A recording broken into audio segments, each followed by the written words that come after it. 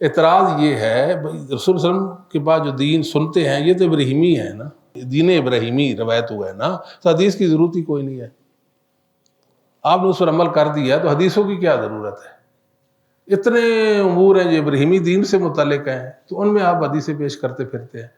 ہم نے کہا کہ فَبِہُدَاهُ مُقْتَدِهْ، اللہ تعالیٰ نبی پاک کو حکم دیے ان نبیوں کی آپ پیروی کریں، انبیاء کی پیروی کریں۔ عبداللہ بن عباس فرماتے ہیں کہ رسول اللہ علیہ وسلم کو جیسے تیسے حکم ہوا، آپ نے اقتداء جو کرنی تھی وہ تو کی، ہمیں نہیں پتا کہ آپ نے کیسے کی اور کیا کی، ہمیں اتنا پتا کہ ہم نے رسول کریم صلی اللہ علیہ وسلم کی پیروی کرنی ہے، ہم نے رسول اللہ علیہ وسلم کی اقتداء کرنی ہے۔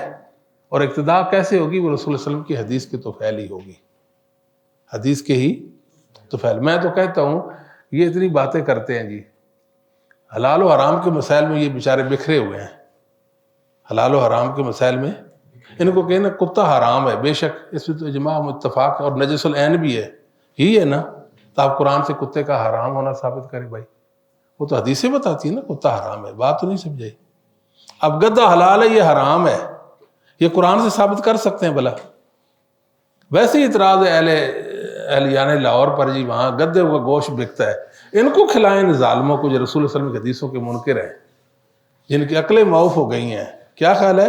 جو رسول اللہ علیہ وسلم کے دین اور اللہ کی وحی کے منکر بن گئے ہیں، نہ حدیث کو مانتے ہیں نہ قرآن کو مانتے ہیں۔ میں تو ان کو یہاں تک کہتا ہوں تو اپنا پیشاب پیا کرو، قرآن نے کہا پیشاب نہیں پی جا سکتا، منع کیا کہیں؟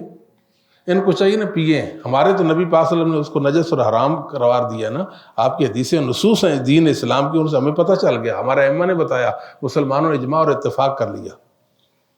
تو ہر دین کی اصطلاحات ہوتی ہے، اسلام کی بھی اپنی اصطلاحات ہیں، اسلام کی اصطلاحات لغت عرب جو ہے وہ نہیں حل کر سکتی، وہ محمد صلی اللہ علیہ وآلہ وسلم پر نازل ہونے والی وحی کے ذریعے سے ہوں گی۔